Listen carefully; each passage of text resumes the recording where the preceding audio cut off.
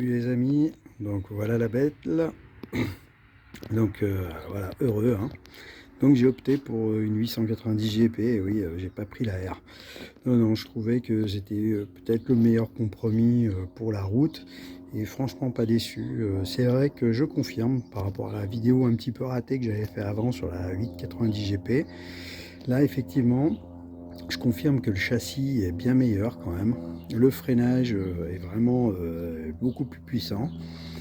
Ça surprend d'ailleurs, hein, quand on appuie, dès qu'on appuie un petit peu fort, on sent tout de suite vraiment la différence de mordant. La déco, bah, elle est juste vraiment incroyable, hein. On a plus ce haut de réservoir gris métallisé que j'avais. On a beaucoup plus de orange à tel point que maintenant, bah, le fameux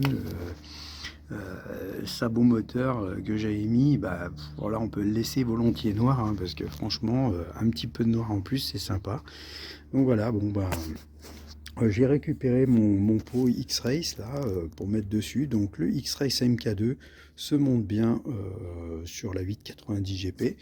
Même le sabot moteur dont j'ai fait une vidéo, je vous mettrai le lien sur le texte, hein, pas de souci.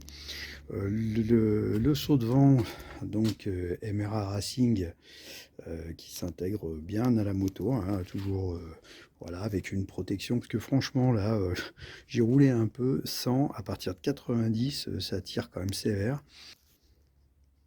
Alors surtout quand on fait un usage polyvalent comme moi, hein, donc je fais quand même, on va dire, moitié ville, moitié périph'.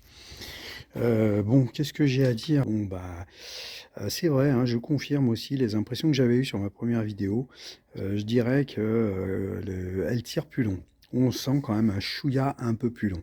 Bon, je suis toujours en rodage. Alors, pardonnez, hein, je ne peux pas faire l'essai en mode sport, hein, je ne peux pas trop la pousser, hein, la moto. Mais de toute façon, on sent quand même qu'il y a plus d'inertie, mais quand même, on sent que le moteur a plus d'allonge. Mais il n'y a pas ce petit caractère un petit peu bestial de la 790 à l'accélération. Je suis content pour une chose, c'est que KTM ressort la 790 en 95 chevaux.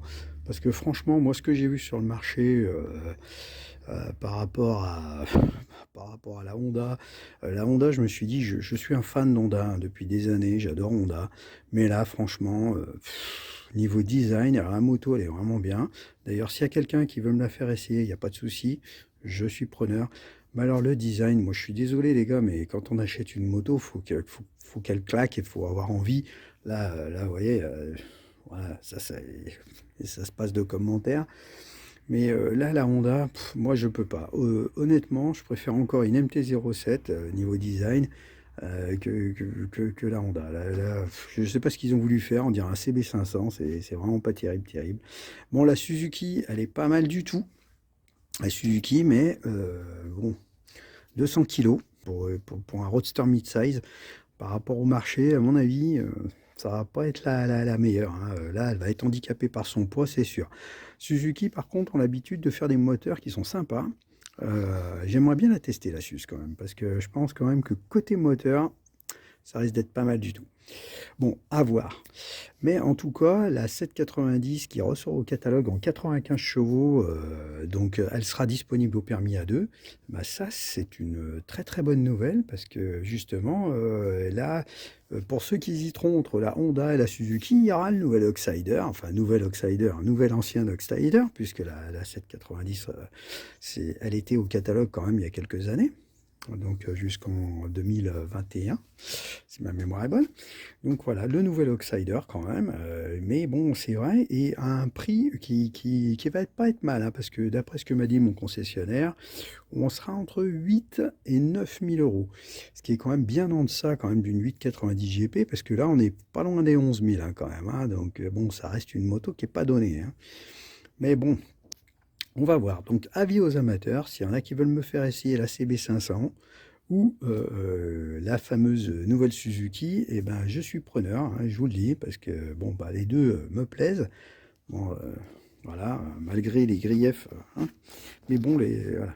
Bon, ben, toujours est-il que ben, je vous ai fait partager mes premières impressions sur la 890. Je vous ai présenté ma nouvelle moto une fois terminé, parce que bon, j'ai fait quand même pas loin de 2 heures de boulot dessus pour pouvoir monter tout ce petit monde.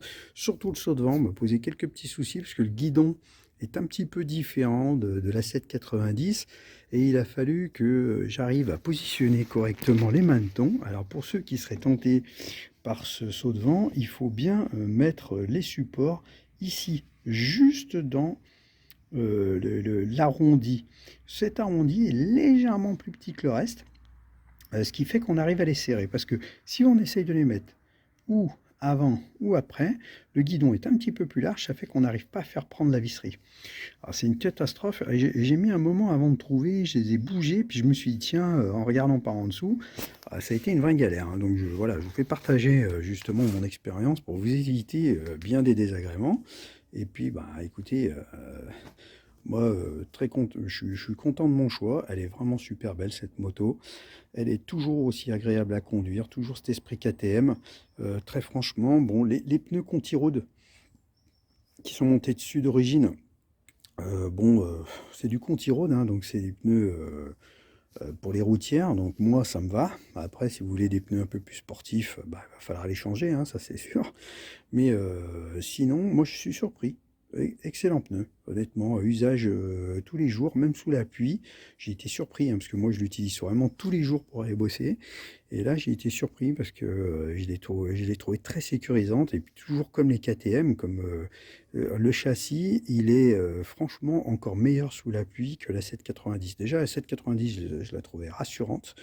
Mais là, franchement, quand on prend de l'angle ou quoi, même quand il pleut, euh, la moto, elle vous met à l'aise tout de suite. Et comme je vous ai dit, toujours cet esprit KTM, c'est-à-dire qu'on peut harcouiller, même sans harcouiller comme un malade, même sans prendre des risques de fou, on se fait plaisir parce que la moto, elle pardonne quand même pas mal les erreurs. Et puis elle vous met à l'aise, quoi. Vous vous sentez bien, vous vous sentez en sécurité. Et ça, quand on se sent en sécurité sur une moto, ça n'a pas de prix. Alors voilà, bah, écoutez, bah, j'espère que cette petite vidéo, bah, elle vous plaira.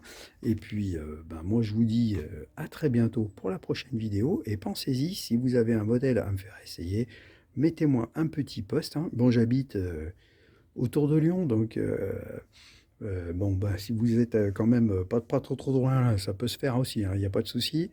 Et je vous dis ciao et à bientôt. Allez. I'm just fucking lit, man. I'm just fucking lit. Drink a bottle of this shit, man. Bottle of this shit. I'm about to write a hit, man. About to write a hit. No, I'm never gonna quit, man. Never gonna quit.